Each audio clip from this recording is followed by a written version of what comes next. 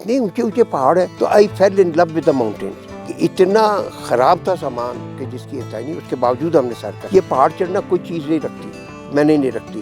Glacier پہ قدم رکھنا آدمی سلپ ہو جاتا ہے, گر جاتا ہے. میرا مشن ہے ایک کہ ان بچوں کو جو چھوٹے چھوٹے ہیں ان کو ایک اچھا انسان بنایا جائے. گرین سٹک ہوگی, اس کو مولڈ کیا جا سکتا ہے, سیدھا کیا جا سکتا ہے. وہ کچھ اٹھا نہیں سکتے تھے. جب ٹریننگ کر کے گئے تو انہوں نے حق کیا, مجھے بھی اور ڈاکٹر تھے ان کو بھی, اور آنکھوں سے آنسو آ گئے. جس کو میں پیار کرتا ہوں زیادہ, اس کو زیادہ موقع پڑتے ہیں. میرے لیے آپ نے دیکھا ہوگا کہ یہاں مجھے کوئی فائنینشیل بینیفٹ نہیں ہوتا. کوئی بھی چیز آدمی کام کرنے ہیں ٹریننگ کے بعد وہ نہیں ہو سکتی. 1956 میں government central model school Lahore کا طالب علم تھا. ہمارا ایک گروپ اسکاؤٹنگ کے لیے مری گیا, اور میں نے پہلی دفعہ گجرانوالہ کو کراس کیا ٹورڈز راولپنڈی. تو میں نے وہاں جا کے دیکھا مری میں, گھوڑا گلی میں, کہ اتنے اونچے اونچے پہاڑ ہیں. تو آئی فیل ان لو ود دا ماؤنٹینس. اور اس کے بعد میں نے مڑ کے نہیں دیکھا. میں اب ماؤنٹینس کے ساتھ ہی آتا ہوں, ادھر ہی جاتا ہوں.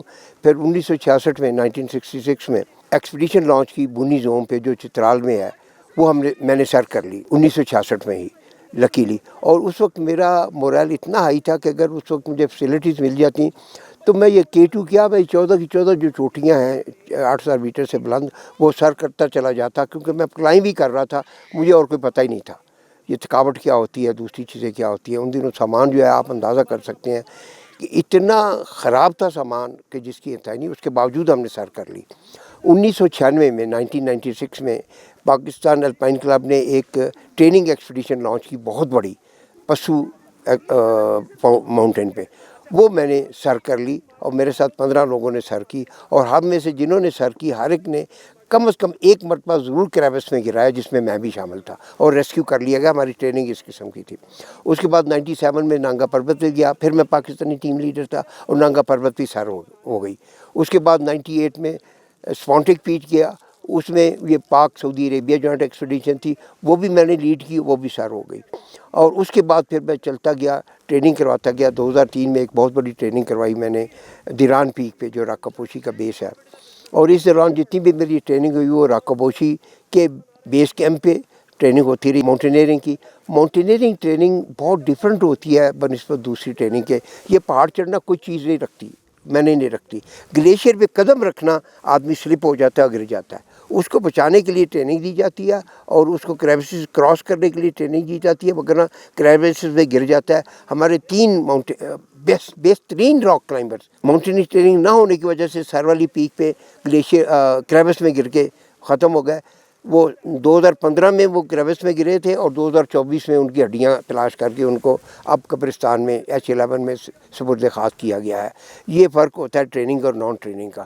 تو اس طرح میں چلتے ہوئے آگے چلا گیا. اب الحمدللہ اس کے بعد اسی دوران میں نے ایک یوتھ امپیکٹ کی ایک بڑی آرگنائزیشن ہے ٹریننگ امپیکٹ, وہ جوائن کی. اور ٹریننگ امپیکٹ سے پہلے ٹریننگ امپیکٹ ایک CMD ہوا کرتی تھی, سینٹر مینجمنٹ ڈیولپمنٹ کی. اس کو میں نے جوائن کیا ہوا تھا. اس کا بھی کام یہی تھا کہ آؤٹ ڈور ولڈرنیس سے جا کے ٹریننگ دی جائے. وہ جب ختم ہوئی, ٹریننگ امپیکٹ شروع ہوئی. ٹریننگ امپیکٹ میں بھی میں ان کے ساتھ رہا, آئی ایم ڈائریکٹر, آج بھی ہوں ٹریننگ امپیکٹ کا.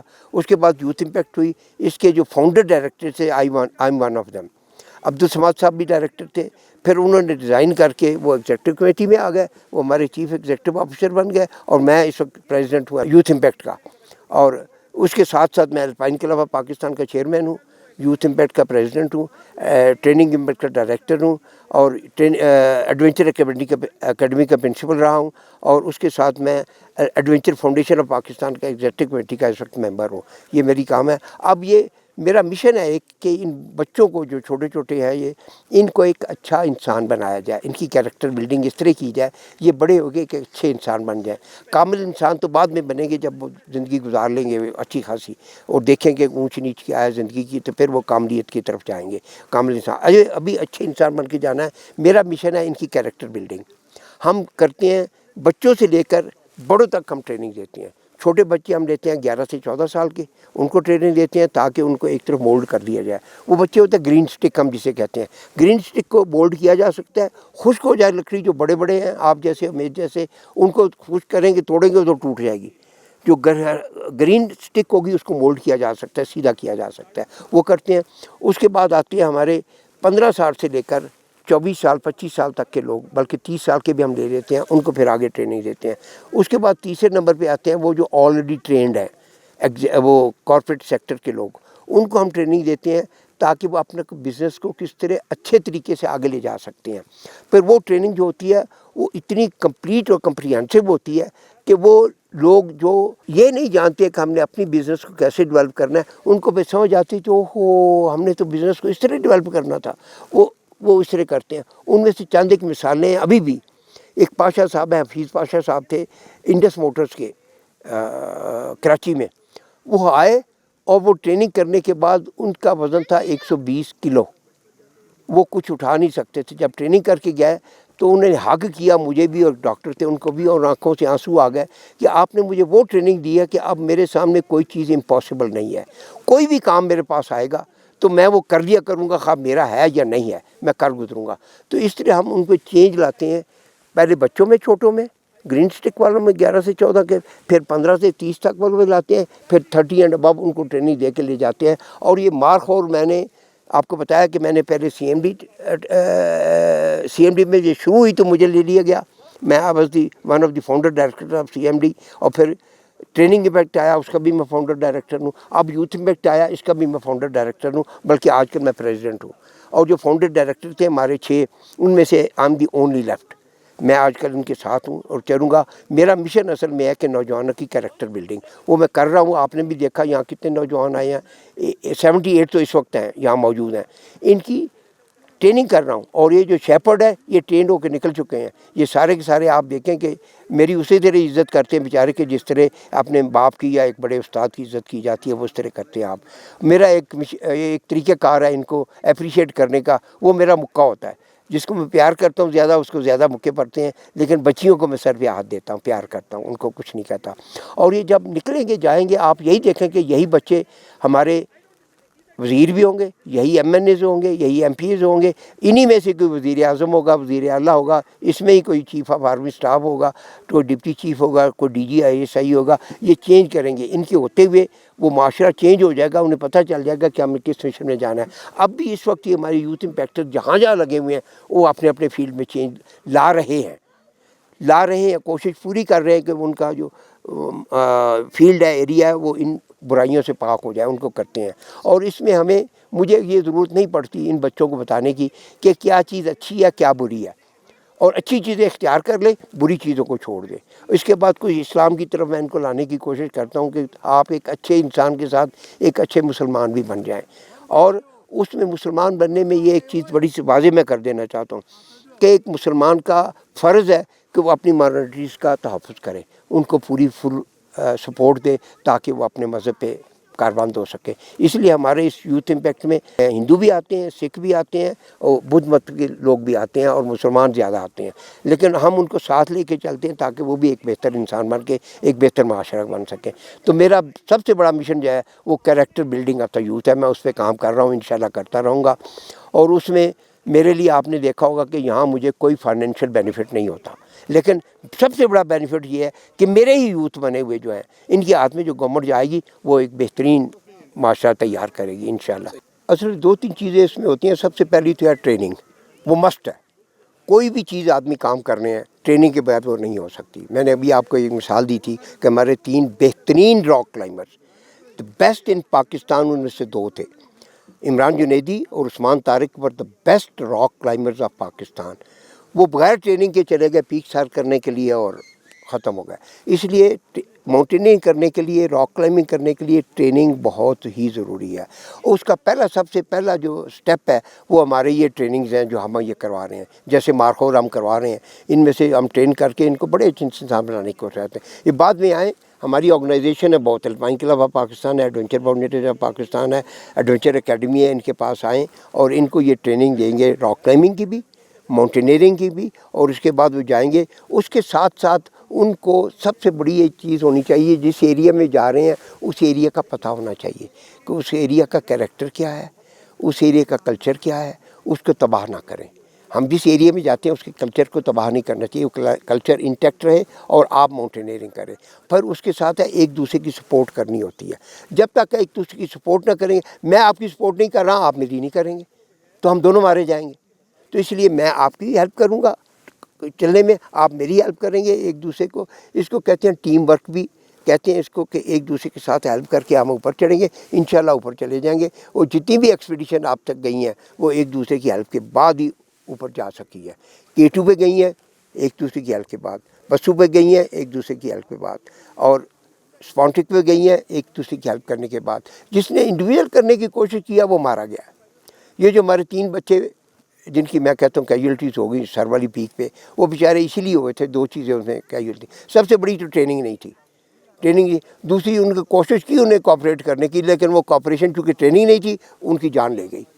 وہ ایک روپ میں تھے، بندھے ہوئے تھے، لیکن جو کریوس میں گرے تو تینوں کے تینوں کریوس میں گر گیا، ایک دوسرے کی ہیلپ نہیں کر سکے. اس لیے ٹریننگ بہت لازمی ہے ان کی. ٹریننگ کریں، جائیں، اور اس میں باقاعدہ یہ ہے کہ جو ہماری ٹریکنگ ایکسپیڈیشن باہر جا رہی ہیں ان کو بھی روپ ورک آنا چاہیے، کیونکہ راستے میں روپ بہت زیادہ استعمال ہوتا ہے. خاص کر کہ جی لا ہے ہمارا، اس میں جب نیچے ڈسینڈ کرتے ہیں تو ٹوٹل کا ٹوٹل روپ ورک ہے اس میں. وہ ٹریکنگ ہے. جی لا جو ہے وہ گنڈو گورو لاؤ سے کہتے ہیں، جی لا کہتے ہیں نارملی. یہ K2 کی طرف ہے. اس میں روپ ورک بہت زیادہ انوالو ہے. اس میں روپ ورک کی ٹریننگ لے کے جائیں. میں تیار ہوں ان کو فری ٹریننگ دینے کے لیے، اس کے لیے بھی.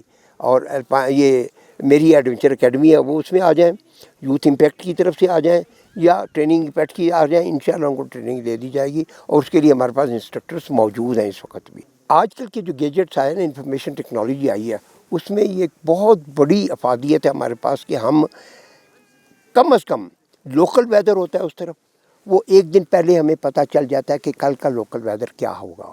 اس کے لیے ہمیں تیاری کرنی چاہیے. اگر ویدر خراب ہے تو ماؤنٹین آپ کو کسی قیمت پہ بھی برداشت نہیں کریں گی. ماؤنٹین آپ کو ایسا تھپڑ مارے گی کہ آپ نیچے گر جائیں گے، بیس کیمپ پہ آ جائیں گے. تو اس لیے بہتر یہ ہے کہ موسم خراب ہو تو بیس کیمپ پہ انتظار کریں. اگر آپ اوپر چلے گئے ہیں تو نچلے کیمپ پہ آ جائیں اور اس موسم کو ٹھیک ہونے کا انتظار کریں. جب موسم ٹھیک ہو جائے تو پھر کلائم کریں. اور گیجٹس ہمارے پاس موجود ہیں اس وقت سارے کے سارے، جو ہمیں ویدر بتا دیتے ہیں اگلے 2-3 دن بلکہ ہفتے کا آگے بتا دیتے ہیں. جو لوکل ویدر ہے وہ چینج ہوتا رہتا ہے، جیسے یہاں چینج ہو رہا ہے. تو لوکل ویدر جب چینج ہوتا ہے تو ہمیں کم از کم ایک دن پہلے پتہ چل جاتا ہے کہ کل کیا ہونا ہے. تو کل کا ہم نے پہلے ہی انتظام کر لینا چاہیے کہ ویدر خراب ہو رہا ہے، تو اس لیے ہمیں ذرا انتظار کرنا ہے. لوگ ویدر ٹھیک ہو جائے تو پھر ایک دم لانچ کریں. ہماری ماؤنٹ ایوریسٹ کی ایکسپیڈیشن ختم ہی اس طرح ہوئی تھی کہ بدقسمتی سے موسم ٹھیک تھا. لڑکوں نے کہا لیڈر کو کہ چلیں جی موسم ٹھیک ہے آج ہم چلتے ہیں. تو لیڈر کچھ تھکا ہوا تھا، اس نے کہہ دیا یار میری تھکاوٹ بہت زیادہ ہے، آج نہیں جائیں کل جائیں گے. وہ کل کبھی آئی نہیں، کیونکہ کل سے موسم خراب ہو گیا. وہ ایوریسٹ چڑھ ہی نہیں سکے، وہ بیچارے ایوریسٹ چڑھے بغیر آ گئے. جبکہ اسی وقت میری ایکسپیڈیشن تھی تانگا پربت پہ. ہم نے ویدر کا خیال رکھتے ہوئے جب ویدر خراب ہوا تو میں نے انہیں ایڈوائز کیا کہ آپ کیمپ 2 پہ رک جائیں. اور کیمپ 2 پہ رک گئے. اگلے دن موسم ٹھیک ہوا، میں کہا آپ کلائم کرنا شروع کر دیں. وہ کلائم کرنا شروع کر دیں، وہ کر گئے. اسی سال 1997 میں ایوریسٹ فیل ہو گئی کہ ویدر کا خیال نہیں کیا. 97 میں نانگا پربت کامیاب ہو گئی کہ ویدر خیال کر کے ہم اوپر چڑھ گئے. جس دن ویدر خراب تھا آرام کیا، جس دن ویدر ٹھیک ہوا ہم نے فوراً سمٹ اٹیک کیا اور کامیاب ہو کے ہم آ گئے. تو یہ ضروری ہوتا ہے کہ موسم معاف نہیں کرتا کسی ماؤنٹینئر کو، کتنا بھی بڑا طاقتور کیوں نہ. موسم کے خلاف آپ لڑ نہیں سکتے. موسم خود آپ کو کہے گا جی تھینک یو ویری مچ، آپ واپس جائیں، بیٹر گو بیک. اور جب ہمارا بیس کیمپ پہ آتے ہیں، پتہ ہے بیس کیمپ ہمارے لیے کیا ہوتا ہے؟ پرل کانٹیننٹل PC ہوتا ہے ہمارے لیے. کیونکہ اوپر جا کے ہمیں کھانے خود پکانے پڑتے ہیں، خود ڈھونڈنا پڑتا ہے. چھوٹے چھوٹے بند کھانے ہوتے ہیں، جبکہ بیس میں ہمیں پکا پکایا کھانا کک فراہم کرتا ہے. ہم آرام سے بیٹھ کے کھا رہے ہوتے ہیں. پراٹھے بھی کھاتے ہیں، چائے بھی پیتے ہیں، کیا ہوتے ہیں پکوڑے بھی کھاتے ہیں. تو کیا کھاتے ہیں وہاں؟ ہمیں صرف وہ بنی بنائی ہر چیز ملتی ہے.